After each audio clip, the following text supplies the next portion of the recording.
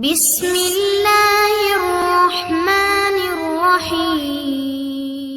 পরিবেশনায় ও পরিচালনায় দিক দিগন্ত।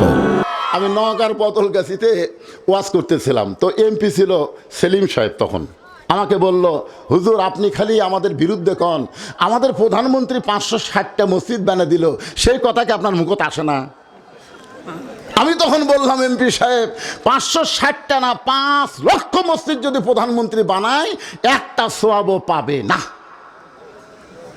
সেলিম তো চোখ খালি এরকম লাল করলো, ফিরে 5 লক্ষ মসজিদ বানালেও একটা সওয়াব নাই, এগুলো একটা সওয়াবও পাবে না। কারণ প্রধানমন্ত্রী ক্ষমতার চেয়ারে পাইয়া খালি মসজিদ বানাবে, নামাজ কায়েমের বিল যদি পাস না করে আল্লাহ ঘাড় ধরে জাহান্নামে ফেলে দিবে। জোরে কোন কথা ঠিক কিনা? তোমাকে মসজিদ ঘন ঘন কে বানাবার কইছে? একই পাড়ার 4টে মসজিদ লাগবে কেন? একটা তার মুসল্লি হয় না? মসজিদ বানানোর আগে মুসল্লি তৈরি করা লাগবে। জোরে কর কথা কন না কেন?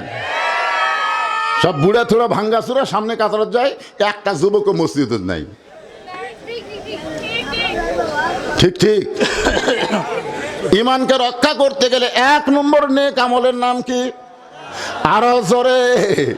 আর মেয়ে মানুষের জন্য 1 নম্বর নেক আমল কিন্তু নামাজ না, 1 নম্বর নেক আমল হলো পর্দা। কেরে মায়েরা যারা পর্দার অন্তরে বসে আছেন একটু মনোযোগ দিয়ে শোনেন। বড় পীর আব্দুল কাদের জিলানী রহমতুল্লাহ আলাই নাম শুনছেন? আব্দুল কাদের জিলানী রহমতুল্লাহ আলাই নাম শুনছেন?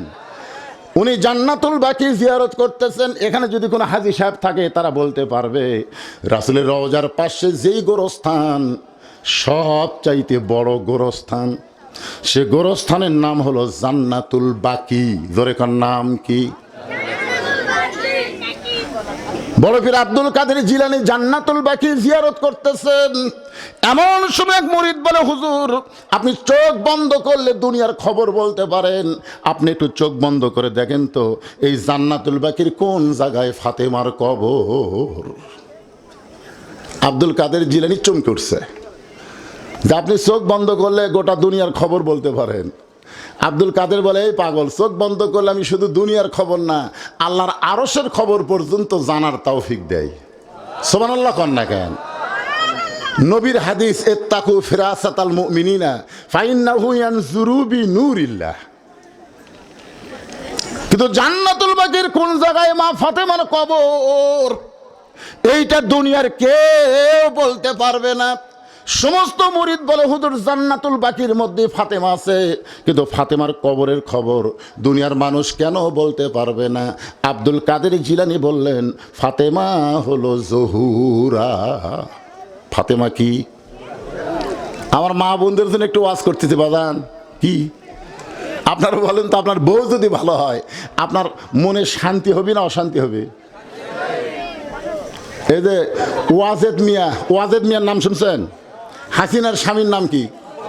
জোরে কান, হাসিনার স্বামীর নাম কি? ওয়াজেদ মিয়া। এই ছেলেরা মুখস্থ রাখো। ওয়াজেদ মিয়া একবার জাফরুল ইসলাম, গণস্বাস্থ্য বিভাগের জাফরুল ইসলামের কাছে গেছে একটা চাকরির জন্যে।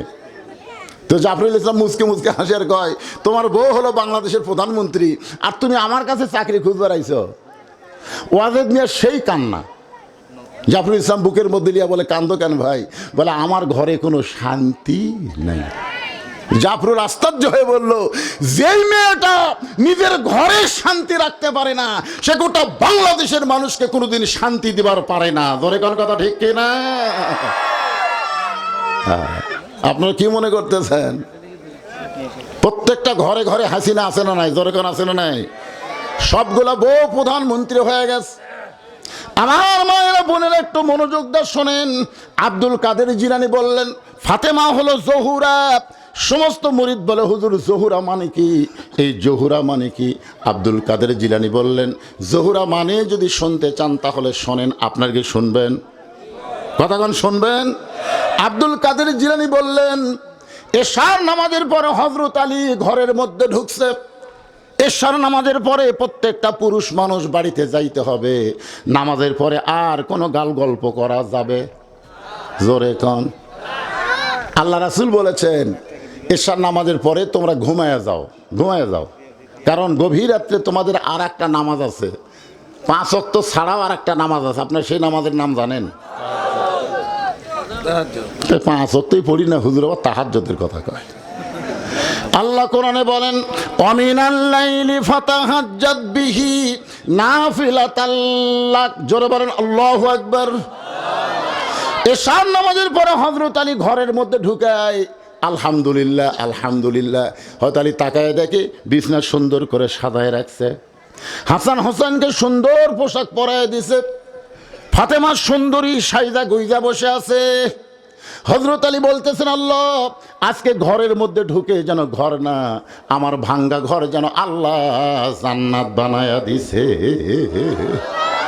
আপনি যখন বাহির থেকে ঘরের মধ্যে যান, ঘরের মধ্যে যায় দেখেন ঘর সুন্দর করে পরিপাটি করে সাজায় রাখছে, আপনার মনের কিন্তু অশান্তি দূর হয়ে যায়। জোরে কোন ঠিক কিনা? আপনি তাকায় দেখেন আপনার সন্তানগুলো সুন্দর কাপড় পরে বসে আছে, আপনার বউটাও সুন্দরী সাইজা গুইজা বসে আছে। হযরত আলী ফাতেমার চেহারার দিকে, হাসান হোসেনের দিকে তাকায় আল্লাহর শুকরিয়া আদায় করার সঙ্গে সঙ্গে ফাতেমা 2টা সন্তানকে কাছে ডাক দিলেন।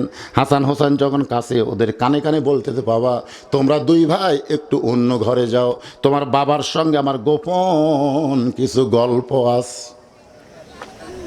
হাসান হোসেন মুচকি মুচকি হাসতেছে, যে বলছে তোমরা 2 ভাই একটু অন্য ঘরে যাও, তোমার বাবার সঙ্গে আমার গোপন কিছু গল্প আছে। হাসান একটু বড় তো, হোসেনকে বলতেছে, আয় আয় বাইরে আয়, এই গোপন তুই বুঝবি না, আমি বুঝি। মা সাইজা গুইজা বসে আছে কার জন্যে? জোরে বলেন না কার জন্যে? তা আমরা 2 ভাই যদি ঘরের মধ্যে থাকি কাম হবে? এই জন্য মা বলতেছে তোমরা 2 ভাই একটু বাইরে যাও। আল্লাহ রাসূল বলেছেন, তোমাদের সন্তান যদি 2 বছরের বেশি বয়স হয়, এই সন্তান যদি ঘরের মধ্যে চেতন থাকে, খবরদার চেতন অবস্থায় তোমার হালাল বউকেও তুমি আদর করতে পারবা না।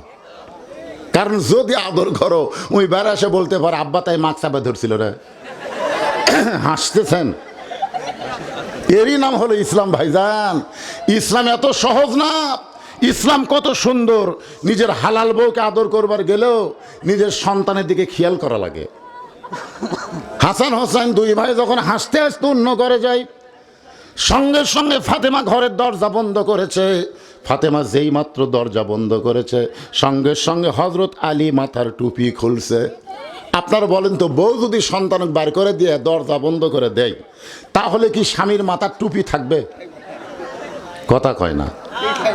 আমি যত বড়ই হুজুর হই, আমি যখন বউয়ের সাথে প্রেম করি, এই টুপি মাথার দেয়া, এই জুব্বা হাব্বা পরে।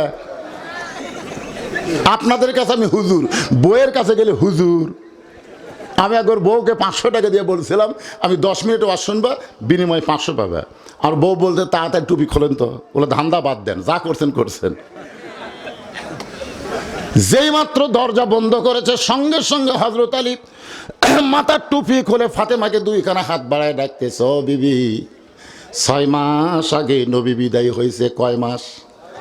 নবী বিদায় নেওয়ার পর তোমার সাথে আমার কোনো ভাব প্রেম হয় নাই। আজকে হাসান হোসেনকে বের করে দিয়ে তুমি যখন দরজা বন্ধ করেছো, একটু বুকের মধ্যে আসো, আমরা 2 জন প্রেম নিবেদন করতে চাই। এই কথা বলার সঙ্গে সঙ্গে ফাতেমা দৌড়ে এসে স্বামীর বুকের মধ্যে মাথা ঢুকায়া ছোট বাচ্চার মতন কান্না শুরু করেছে।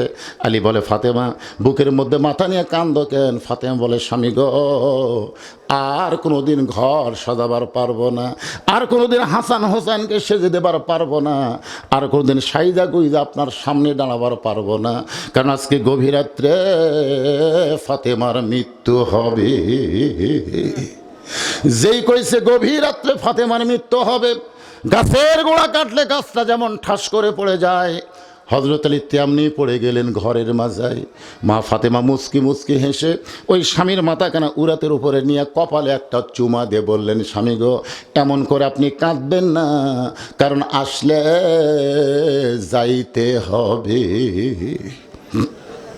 যুবকেরা মনে করতেছে, না আমার দাদা আছে, আজরাইল আসলে আমার দাদাকে ধরবে আগে। কি তাছাড়া তোমার দাদা মসজিদে যায় আর তুমি কম্বলের মধ্যে ঘুম পাড়ো, তুমি রাত 3টা পর্যন্ত আর্জেন্টিনার খেলা